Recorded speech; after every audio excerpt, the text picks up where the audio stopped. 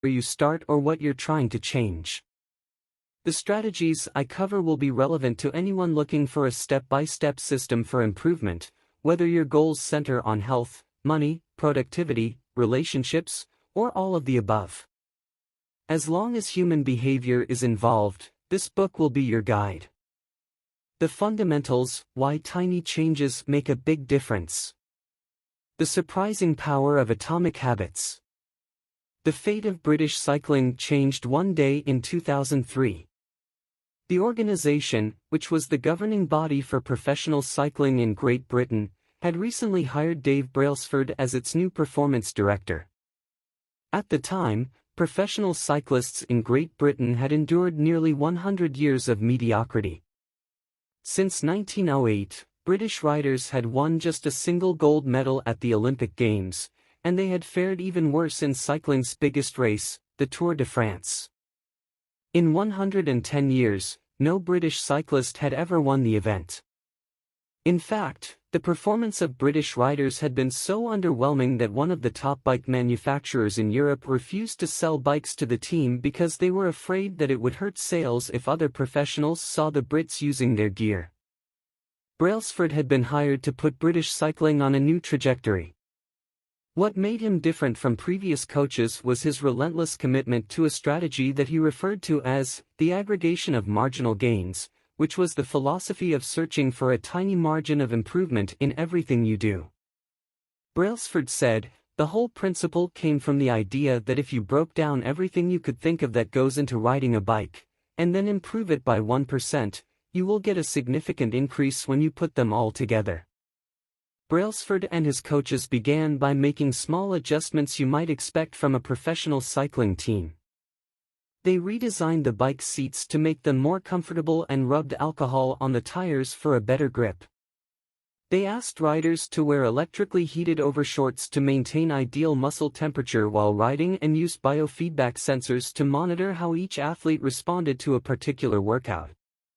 The team tested various fabrics in a wind tunnel and had their outdoor riders switch to indoor racing suits, which proved to be lighter and more aerodynamic. But they didn't stop there. Brailsford and his team continued to find 1% improvements in overlooked and unexpected areas. They tested different types of massage gels to see which one led to the fastest muscle recovery. They hired a surgeon to teach each rider the best way to wash their hands to reduce the chances of catching a cold. They determined the type of pillow and mattress that led to the best night's sleep for each rider. They even painted the inside of the team truck white, which helped them spot little bits of dust that would normally slip by unnoticed but could degrade the performance of the finely tuned bikes. As these and hundreds of other small improvements accumulated, the results came faster than anyone could have imagined. Just 5 years after Brailsford took over, the British cycling team dominated the road and track cycling events at the 2008 Olympic Games in Beijing, where they won an astounding 60% of the gold medals available. 4 years later, when the Olympic Games came to London, the Brits raised the bar as they set 9 Olympic records and 7 world records. That same year, Bradley Wiggins became the first British cyclist to win the Tour de France. The next year, his teammate Chris Froome won the race, and he would go on to win again in 2015, 2016, and 2017, giving the British team 5 Tour de France victories in 6 years. During the 10-year span from 2007 to 2017, British cyclists won 178 World Championships and 66 Olympic or Paralympic gold medals and captured 5 Tour de France victories in what is widely regarded as the most successful run in cycling history. How does this happen? How does a team of previously ordinary athletes transform into world champions with tiny changes that, at first glance, would seem to make a modest difference at best? Why do small improvements accumulate into such remarkable results, and how can you replicate this approach in your own life? Why small habits make a big difference? It is so easy to overestimate the importance of one defining moment and underestimate the value of making small improvements on a daily basis. Too often, we convince ourselves that massive success requires massive action. Whether it is losing weight, building a business, writing a book, winning a championship, or achieving any other goal, we put pressure on ourselves to make some earth-shattering improvement that everyone will talk about. Meanwhile, improving by 1% isn't particularly notable, sometimes it isn't even noticeable, but it can be far more meaningful, especially in the long run. The difference a tiny improvement can make over time is astounding. Here's how the math works out. If you can get 1% better each day for 1 year, you'll end up 37 times better by the time you're done. Conversely, if you get 1% worse each day for 1 year, you'll decline nearly down to 0. What starts as a small win or a minor setback accumulates into something much more. 1% better every day. 1% worse every day for 1 year. 0.99365 is equal to 0.03. 1% better every day for 1 year. 1.01365 is equal to 37.78. Figure 1. The effects of small habits compound over time. For example, if you can get just 1% better each day, you'll end up with results that are nearly 37 times better after 1 year. Habits are the compound interest of self-improvement. The same way that money multiplies through compound interest, the effects of your habits multiply as you repeat them. They seem to make little difference on any given day, and yet the impact they deliver over the months and years can be enormous. It is only when looking back 2, 5, or perhaps 10 years later that the value of good habits and the cost of bad ones become strikingly apparent. This can be a difficult concept to appreciate in daily life. We often dismiss small changes because they don't seem to matter very much in the moment. If you save a little money now, you're still not a millionaire. If you go to the gym 3 days in a row, you're still out of shape. If you study Mandarin for an hour tonight, you still haven't learned the language. We make a few changes, but the results never seem to come quickly, and so we slide back into our previous routines. Unfortunately, the slow pace of transformation also makes it easy to let a bad habit slide. If you eat an unhealthy meal today, the scale doesn't move much. If you work late tonight and ignore your family, they will forgive you.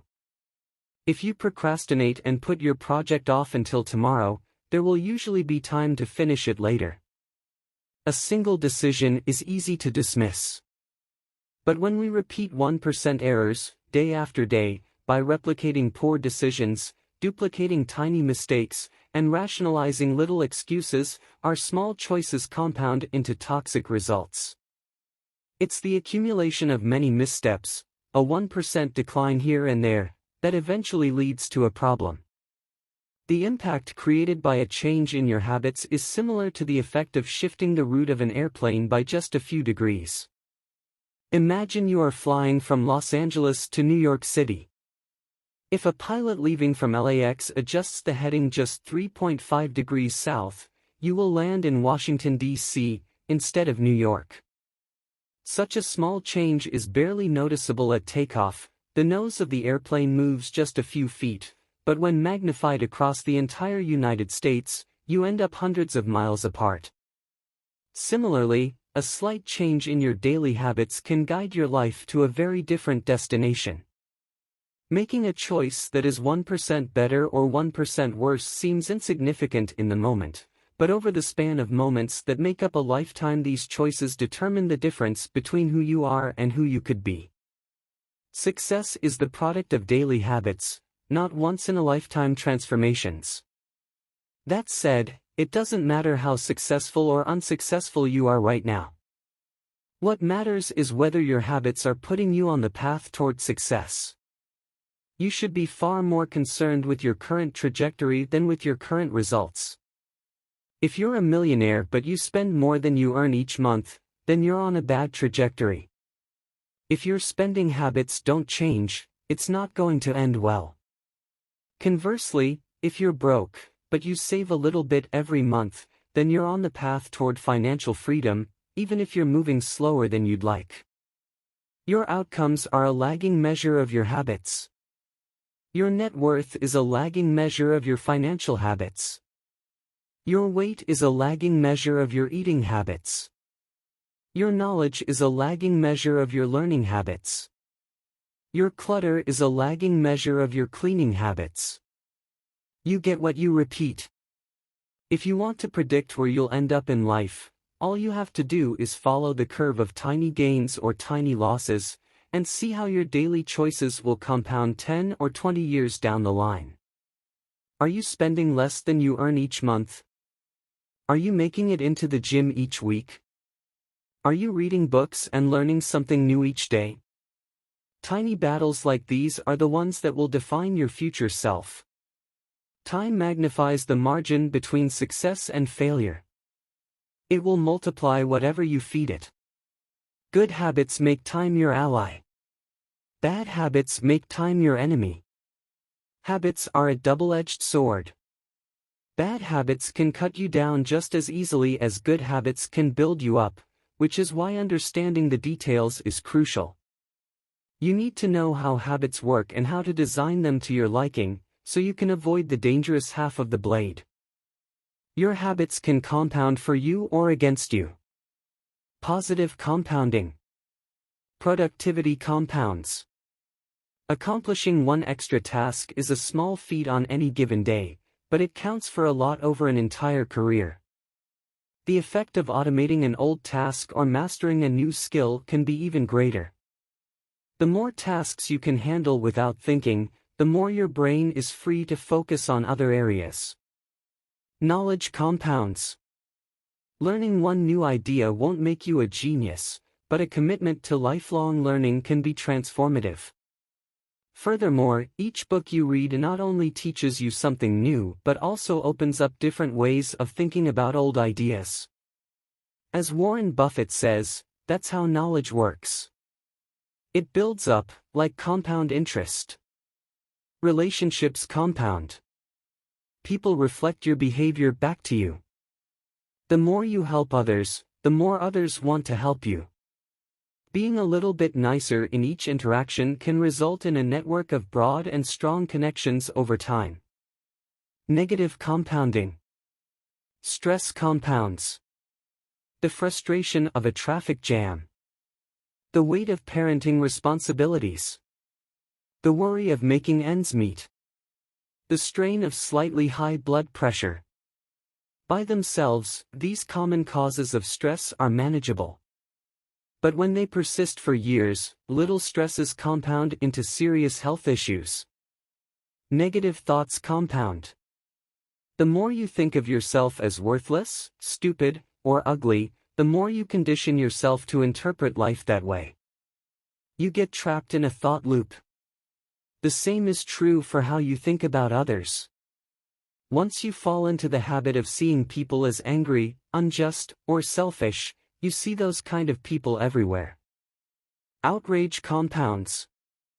Riots, protests, and mass movements are rarely the result of a single event. Instead, a long series of microaggressions and daily aggravations slowly multiply until one event tips the scales and outrage spreads like wildfire. What progress is really like. Imagine that you have an ice cube sitting on the table in front of you. The room is cold and you can see your breath. It is currently 25 degrees. Ever so slowly, the room begins to heat up. 26 degrees. 27. 28. The ice cube is still sitting on the table in front of you. 29 degrees. 30. 31. Still, nothing has happened. Then, 32 degrees. The ice begins to melt. A 1-degree shift, seemingly no different from the temperature increases before it, has unlocked a huge change. Breakthrough moments are often the result of many previous actions, which build up the potential required to unleash a major change. This pattern shows up everywhere. Cancer spends 80% of its life undetectable, then takes over the body in months. Bamboo can barely be seen for the first 5 years as it builds extensive root systems underground before exploding 90 feet into the air within 6 weeks. Similarly, habits often appear to make no difference until you cross a critical threshold and unlock a new level of performance. In the early and middle stages of any quest, there is often a valley of disappointment. You expect to make progress in a linear fashion, and it's frustrating how ineffective changes can seem during the first days, weeks, and even months. It doesn't feel like you are going anywhere.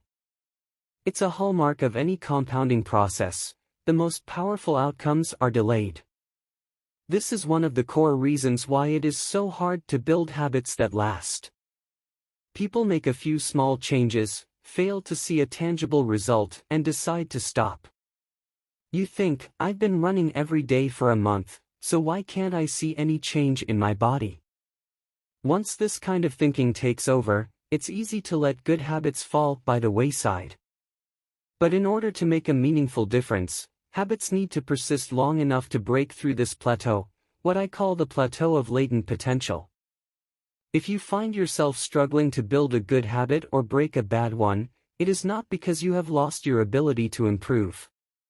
It is often because you have not yet crossed the plateau of latent potential. Complaining about not achieving success despite working hard is like complaining about an ice cube not melting when you heated it from 25 to 31 degrees. Your work was not wasted, it is just being stored. All the action happens at 32 degrees. When you finally break through the plateau of latent potential, people will call it an overnight success. The outside world only sees the most dramatic event rather than all that preceded it. But you know that it's the work you did long ago, when it seemed that you weren't making any progress, that makes the jump today possible. It is the human equivalent of geological pressure. Two tectonic plates can grind against one another for millions of years, the tension slowly building all the while. Then, one day, they rub each other once again, in the same fashion they have for ages, but this time the tension is too great. An earthquake erupts. Change can take years, before it happens all at once. Mastery requires patience. The San Antonio Spurs, one of the most successful teams in NBA history, have a quote from social reformer Jacob Riis hanging in their locker room: "When nothing seems to help, I go and look at a stonecutter hammering away at his rock, perhaps 100 times without as much as a crack showing in it.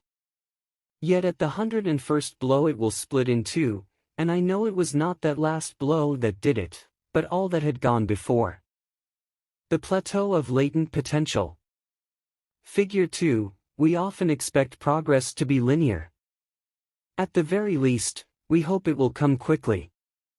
In reality, the results of our efforts are often delayed. It is not until months or years later that we realize the true value of the previous work we have done. This can result in a valley of disappointment, where people feel discouraged after putting in weeks or months of hard work without experiencing any results. However, this work was not wasted. It was simply being stored. It is not until much later that the full value of previous efforts is revealed. All big things come from small beginnings. The seed of every habit is a single, tiny decision. But as that decision is repeated, a habit sprouts and grows stronger. Roots entrench themselves and branches grow. The task of breaking a bad habit is like uprooting a powerful oak within us. And the task of building a good habit is like cultivating a delicate flower one day at a time. But what determines whether we stick with a habit long enough to survive the plateau of latent potential and break through to the other side? What is it that causes some people to slide into unwanted habits and enables others to enjoy the compounding effects of good ones? Forget about goals, focus on systems instead. Prevailing wisdom claims that the best way to achieve what we want in life, getting into better shape, building a successful business, relaxing more and worrying less, spending more time with friends and family, is to set specific, actionable goals. For many years, this was how I approached my habits, too. Each one was a goal to be reached. I set goals for the grades I wanted to get in school, for the weights I wanted to lift in the gym, for the profits I wanted to earn in business. I succeeded at a few, but I failed at a lot of them. Eventually, I began to realize that my results had very little to do with the goals I set and nearly everything to do with the systems I followed. What's the difference between systems and goals? It's a distinction I first learned from Scott Adams, the cartoonist behind the Dilbert comic. Goals are about the results you want to achieve. Systems are about the processes that lead to those results. If you're a coach, your goal might be to win a championship. Your system is the way you recruit players, manage your assistant coaches, and conduct practice. If you're an entrepreneur, your goal might be to build $1 million business. Your system is how you test product ideas, hire employees, and run marketing campaigns. If you're a musician, your goal might be to play a new piece. Your system is how often you practice, how you break down and tackle difficult measures, and your method for receiving feedback from your instructor. Now for the interesting question: if you completely ignored your goals and focused only on your system, would you still succeed? For example, if you were a basketball coach and you ignored your goal to win a championship and focused only on what your team does at practice each day, would you still get results? I think you would. The goal in any sport is to finish with the best score, but it would be ridiculous to spend the whole game staring at the scoreboard. The only way to actually win is to get better each day. In the words of three-time Super Bowl winner Bill Walsh, the score takes care of itself. The same is true for other areas of life. If you want better results, then forget about setting goals. Focus on your system instead. What do I mean by this? Are goals completely useless? Of course not. Goals are good for setting a direction, but systems are best for making progress. A handful of problems arise when you spend too much time thinking about your goals and not enough time designing your systems. Problem number 1: winners and losers have the same goals. Goal setting suffers from a serious case of survivorship bias. We concentrate on the people who end up winning, the survivors, and mistakenly assume that ambitious goals led to their success while overlooking all of the people who had the same objective but didn't succeed. Every Olympian wants to win a gold medal. Every candidate wants to get the job. And if successful and unsuccessful people share the same goals, then the goal cannot be what differentiates the winners from the losers. It wasn't the goal of winning the Tour de France that propelled the British cyclists to the top of the sport. Presumably, they had wanted to win the race every year before, just like every other professional team. The goal had always been there. It was only when they implemented a system of continuous small improvements that they achieved a different outcome. Problem number 2: achieving a goal is only a momentary change. Imagine you have a messy room and you set a goal to clean it. If you summon the energy to tidy up, then you will have a clean room, for now. But if you maintain the same sloppy, pack-rat habits that led to a messy room in the first place, soon you'll be looking at a new pile of clutter and hoping for another burst of motivation.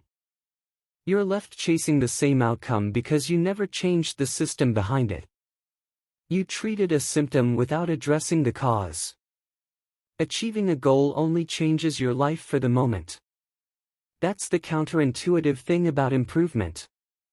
We think we need to change our results, but the results are not the problem. What we really need to change are the systems that cause those results. When you solve problems at the results level, you only solve them temporarily. In order to improve for good, you need to solve problems at the systems level. Fix the inputs and the outputs will fix themselves. Problem number 3: goals restrict your happiness. The implicit assumption behind any goal is this: once I reach my goal, then I'll be happy.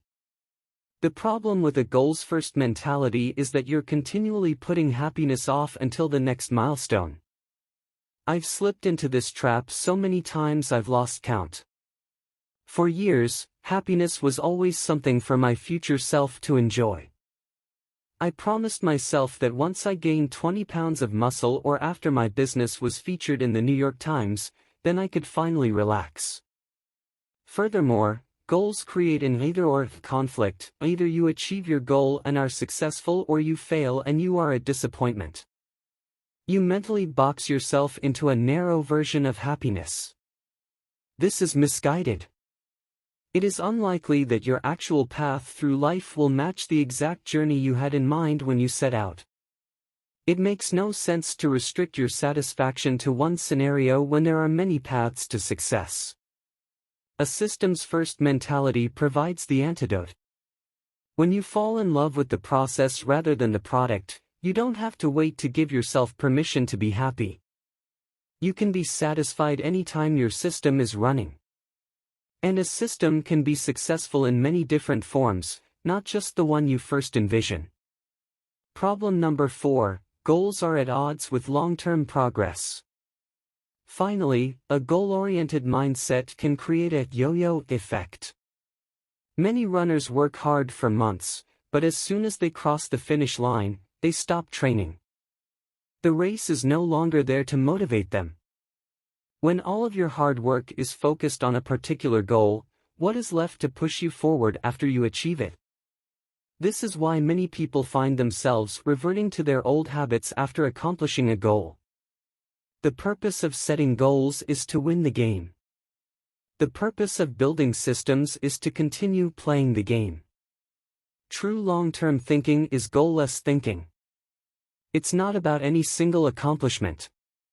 It is about the cycle of endless refinement and continuous improvement. Ultimately, it is your commitment to the process that will determine your progress. A system of atomic habits. If you're having trouble changing your habits, the problem isn't you. The problem is your system. Bad habits repeat themselves again and again, not because you don't want to change, but because you have the wrong system for change. You do not rise to the level of your goals. You fall to the level of your systems. Focusing on the overall system, rather than a single goal, is one of the core themes of this book. It is also one of the deeper meanings behind the word atomic. By now, you've probably realized that an atomic habit refers to a tiny change, a marginal gain, a 1% improvement. But atomic habits are not just any old habits, however small. They are little habits that are part of a larger system. Just as atoms are the building blocks of molecules, atomic habits are the building blocks of remarkable results. Habits are like the atoms of our lives. Each one is a fundamental unit that contributes to your overall improvement. At first, these tiny routines seem insignificant, but soon they build on each other and fuel bigger wins that multiply to a degree that far outweighs the cost of their initial investment. They are both small and mighty. This is the meaning of the phrase atomic habits, a regular practice or routine that is not only small and easy to do, but also the source of incredible power, a component of the system of compound growth. Chapter summary. Habits are the compound interest of self-improvement. Getting 1% better every day counts for a lot in the long run. Habits are a double-edged sword. They can work for you or against you, which is why understanding the details is essential. Small changes often appear to make no difference until you cross a critical threshold. The most powerful outcomes of any compounding process are delayed. You need to be patient. An atomic habit is a little habit that is part of a larger system. Just as atoms are the building blocks of molecules, atomic habits are the building blocks of remarkable results. If you want better results, then forget about setting goals. Focus on your system instead. You do not rise to the level of your goals. You fall to the level of your systems. How your habits shape your identity, and vice versa. Why is it so easy to repeat bad habits and so hard to form good ones? Few things can have a more powerful impact on your life than improving your daily habits. And yet it is likely that this time next year you'll be doing the same thing rather than something better. It often feels difficult to keep good habits going for more than a few days, even with sincere effort and the occasional burst of motivation. Habits like exercise, meditation, journaling, and cooking are reasonable for a day or two and then become a hassle. However, once your habits are established, they seem to stick around forever, especially the unwanted ones. Despite our best intentions, unhealthy habits like eating junk food, watching too much television, procrastinating, and smoking can feel impossible to break. Changing our habits is challenging for two reasons. One, we try to change the wrong thing, and two, we try to change our habits in the wrong way. In this chapter, I'll address the first point. In the chapters that follow, I'll answer the second. Our first mistake is that we try to change the wrong thing. To understand what I mean, consider that there are 3 levels at which change can occur. You can imagine them like the layers of an onion. 3 layers of behavior change. Figure 3, there are 3 layers of behavior change: a change in your outcomes, a change in your processes, or a change in your identity. The first layer is changing your outcomes. This level is concerned with changing your results, losing weight, publishing a book, winning a championship. Most of the goals you set are associated with this level of change. The second layer is changing your process. This level is concerned with changing your habits and systems, implementing a new routine at the gym, decluttering your desk for better workflow, developing a meditation practice. Most of the habits you build are associated with this level. The third and deepest layer is changing your identity. This level is concerned with changing your beliefs, your worldview, your self-image, your judgments about yourself and others. Most of the beliefs, assumptions, and biases you hold are associated with this level. Outcomes are about what you get. Processes are about what you do. Identity is about what you believe. When it comes to building habits that last, when it comes to building a system of 1% improvements, the problem is not that one level is better or worse than another. All levels of change are useful in their own way. The problem is the direction of change. Many people begin the process of changing their habits by focusing on what they want to achieve. This leads us to outcome-based habits. The alternative is to build identity-based habits. With this approach, we start by focusing on who we wish to become. Outcome-based habits. Identity-based habits. Figure 4, with outcome-based habits, the focus is on what you want to achieve. With identity-based habits, the focus is on who you wish to become. Imagine 2 people resisting a cigarette. When offered a smoke, the first person says, "No thanks. I'm trying to quit." It sounds like a reasonable response, but this person still believes they are a smoker who is trying to be something else. They are hoping their behavior will change while carrying around the same beliefs. The second person declines by saying, "No thanks. I'm not a smoker." It's a small difference, but this statement signals a shift in identity. Smoking was part of their former life, not their current one. They no longer identify as someone who smokes. Most people don't even consider identity change when they set out to improve. They just think, "I want to be skinny," outcome, "and if I stick to this diet, then I'll be skinny," process. They set goals and determine the actions they should take to achieve those goals without considering the beliefs that drive their actions. They never shift the way they look at themselves, and they don't realize that their old identity can sabotage their new plans for change. Behind every system of actions are a system of beliefs. The system of a democracy is founded on beliefs like freedom, majority rule, and social equality. The system of a dictatorship has a very different set of beliefs like absolute authority and strict obedience.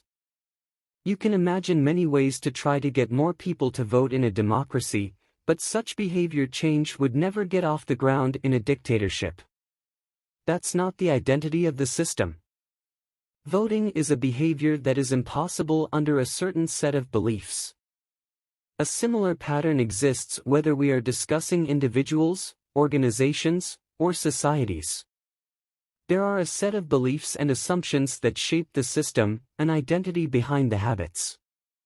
Behavior that is incongruent with the self will not last. You may want more money, but if your identity is someone who consumes rather than creates, then you'll continue to be pulled toward spending rather than earning. You may want better health, but if you continue to prioritize comfort over accomplishment, you'll be drawn to relaxing rather than training. It's hard to change your habits if you never change the underlying beliefs that led to your past behavior. You have a new goal and a new plan, but you haven't changed who you are. The story of Brian Clark, an entrepreneur from Boulder, Colorado, provides a good example. For as long as I can remember, I've chewed my fingernails, Clark told me.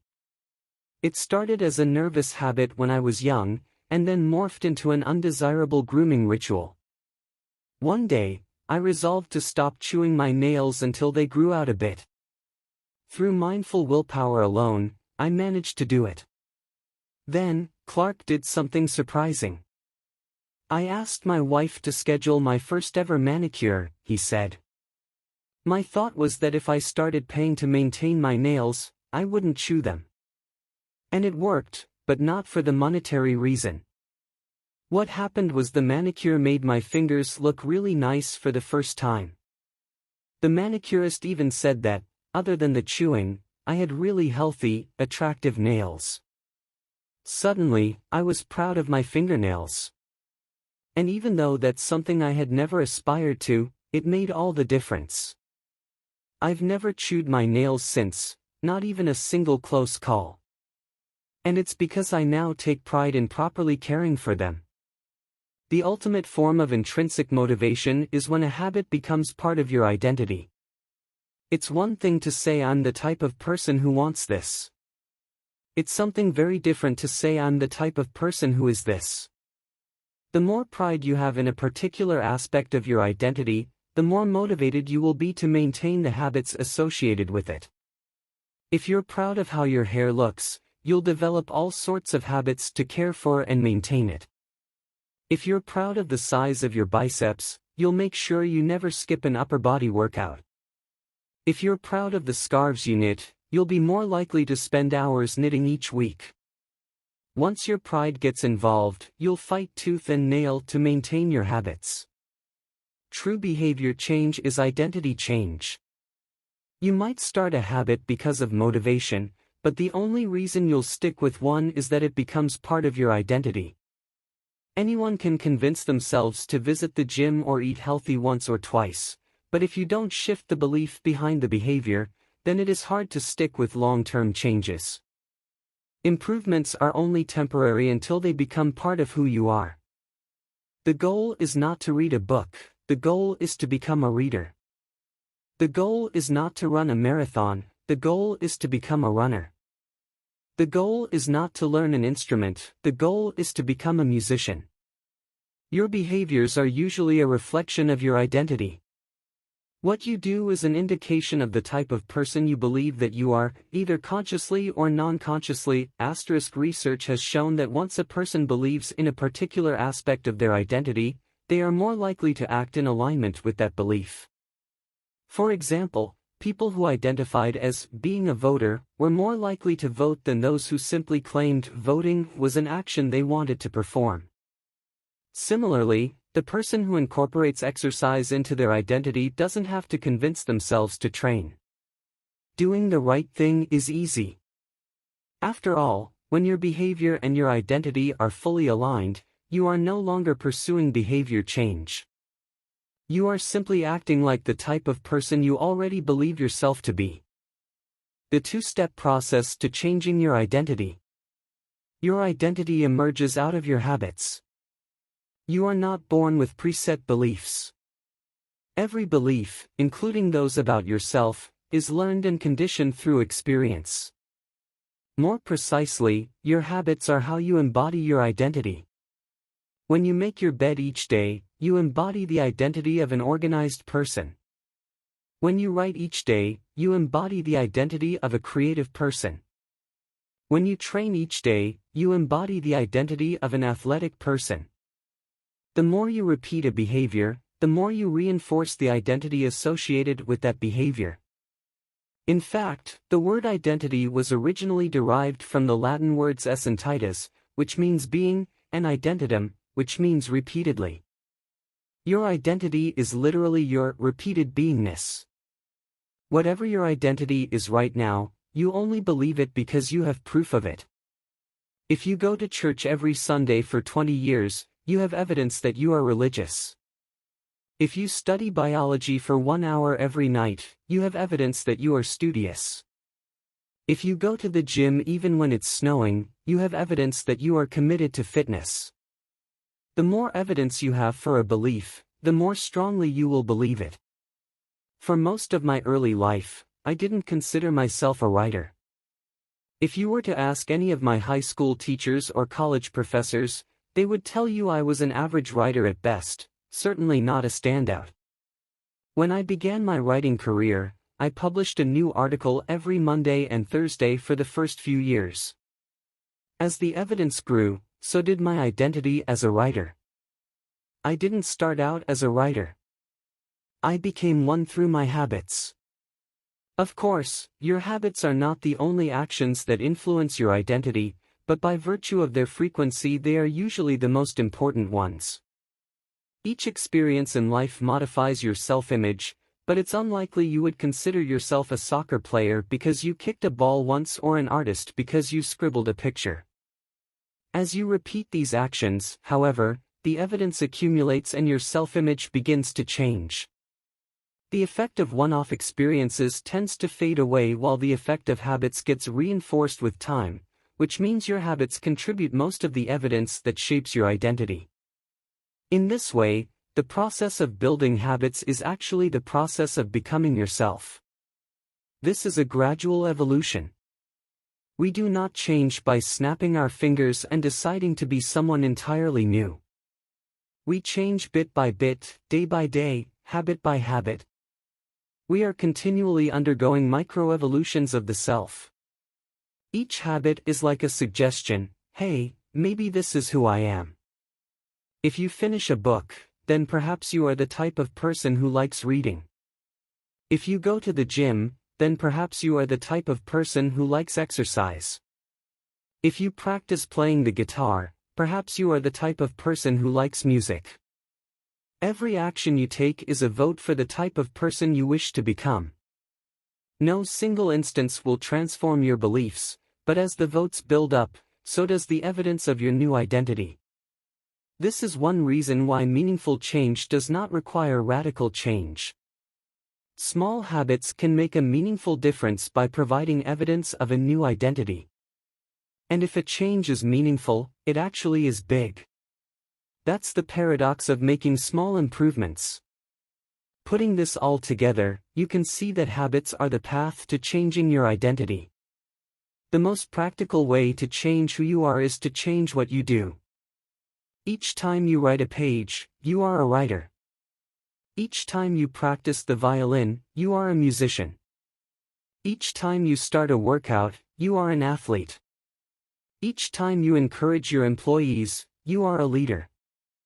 Each habit not only gets results but also teaches you something far more important, to trust yourself.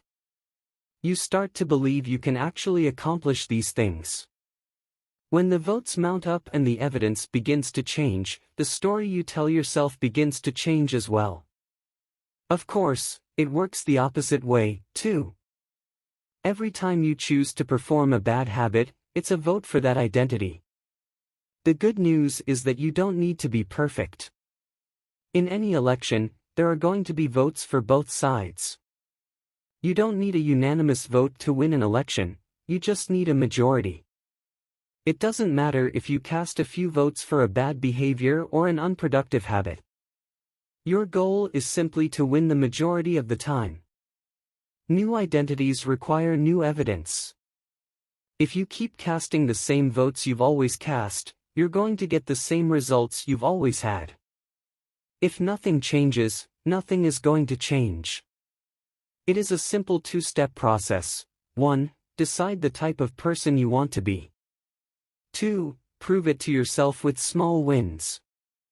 First, decide who you want to be. This holds at any level, as an individual, as a team, as a community, as a nation. What do you want to stand for? What are your principles and values? Who do you wish to become? These are big questions, and many people aren't sure where to begin, but they do know what kind of results they want, to get six-pack abs or to feel less anxious or to double their salary. That's fine. Start there and work backward from the results you want to the type of person who could get those results. Ask yourself, who is the type of person that could get the outcome I want? Who is the type of person that could lose 40 pounds? Who is the type of person that could learn a new language? Who is the type of person that could run a successful startup? For example, who is the type of person who could write a book? It's probably someone who is consistent and reliable.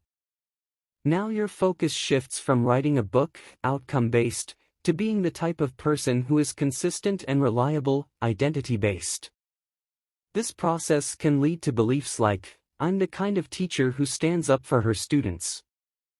I'm the kind of doctor who gives each patient the time and empathy they need. I'm the kind of manager who advocates for her employees. Once you have a handle on the type of person you want to be, you can begin taking small steps to reinforce your desired identity. I have a friend who lost over 100 pounds by asking herself, what would a healthy person do? All day long, she would use this question as a guide. Would a healthy person walk or take a cab? Would a healthy person order a burrito or a salad? She figured if she acted like a healthy person long enough, eventually she would become that person. She was right. The concept of identity-based habits is our first introduction to another key theme in this book, feedback loops. Your habits shape your identity, and your identity shapes your habits. It's a two-way street. The formation of all habits is a feedback loop, a concept we will explore in depth in the next chapter, but it's important to let your values, principles, and identity drive the loop rather than your results. The focus should always be on becoming that type of person, not getting a particular outcome. The real reason habits matter. Identity change is the North Star of habit change. The remainder of this book will provide you with step-by-step instructions on how to build better habits in yourself, your family, your team, your company, and anywhere else you wish. But the true question is, are you becoming the type of person you want to become? The first step is not what or how, but who. You need to know who you want to be. Otherwise, your quest for change is like a boat without a rudder. And that's why we are starting here. You have the power to change your beliefs about yourself. Your identity is not set in stone. You have a choice in every moment. You can choose the identity you want to reinforce today with the habits you choose today. And this brings us to the deeper purpose of this book and the real reason habits matter. Building better habits isn't about littering your day with life hacks. It's not about flossing one tooth each night or taking a cold shower each morning or wearing the same outfit each day. It's not about achieving external measures of success like earning more money, losing weight, or reducing stress. Habits can help you achieve all of these things, but fundamentally they are not about having something. They are about becoming someone. Ultimately, your habits matter because they help you become the type of person you wish to be. They are the channel through which you develop your deepest beliefs about yourself. Quite literally, you become your habits.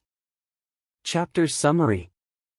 There are 3 levels of change: outcome change, process change, and identity change.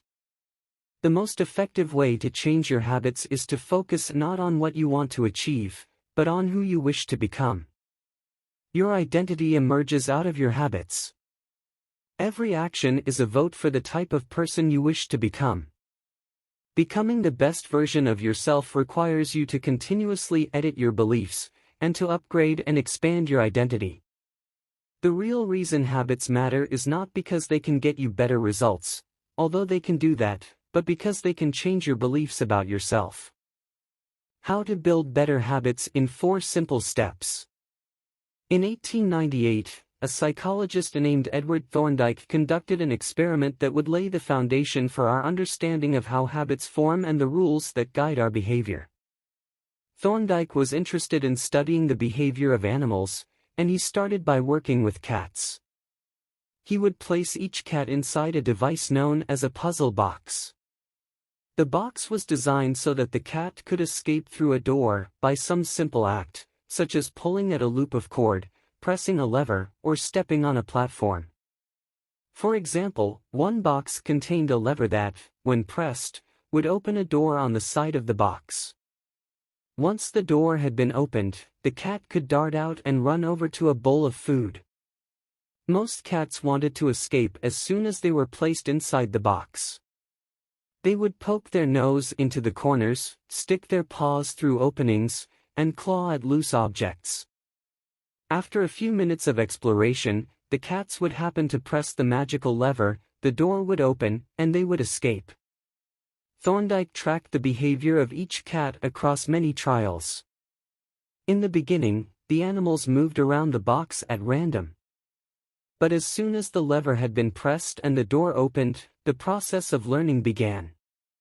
Gradually, each cat learned to associate the action of pressing the lever with the reward of escaping the box and getting to the food. After 20 to 30 trials, this behavior became so automatic and habitual that the cat could escape within a few seconds.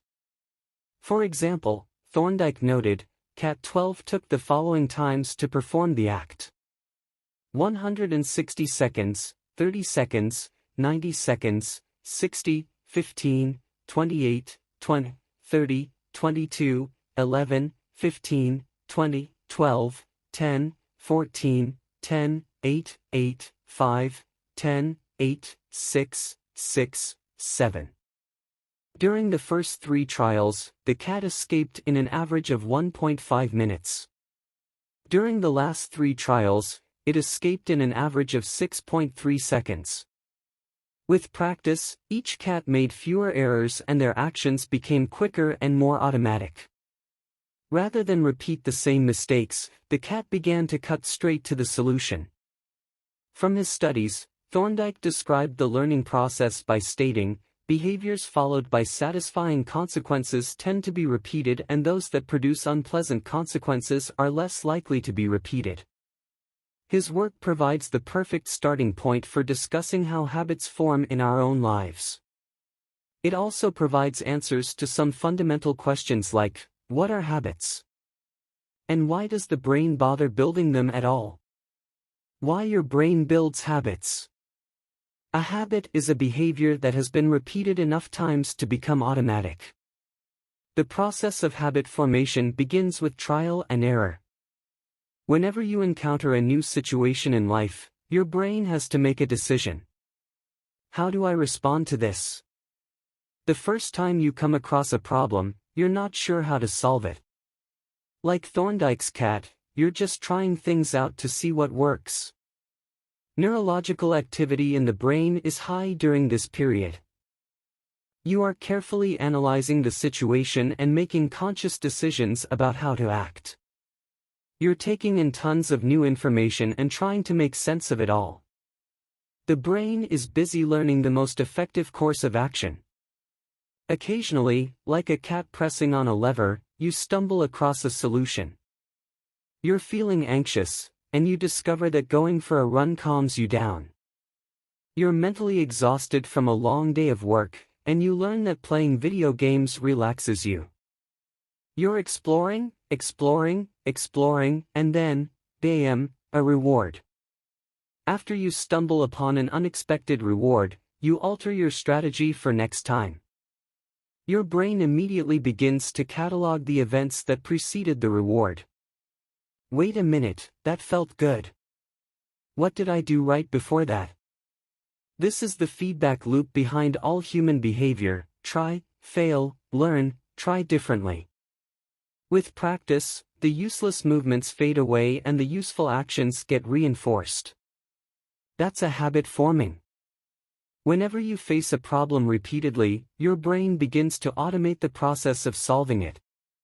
Your habits are just a series of automatic solutions that solve the problems and stresses you face regularly.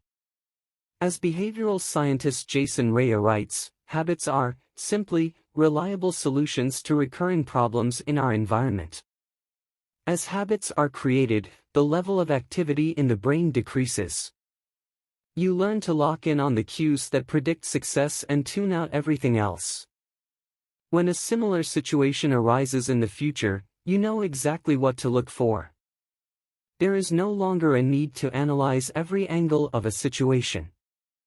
Your brain skips the process of trial and error and creates a mental rule: if this, then that. These cognitive scripts can be followed automatically whenever the situation is appropriate. Now, whenever you feel stressed, you get the itch to run.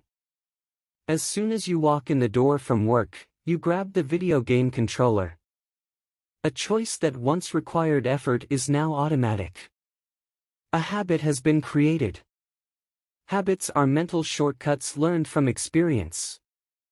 In a sense, a habit is just a memory of the steps you previously followed to solve a problem in the past.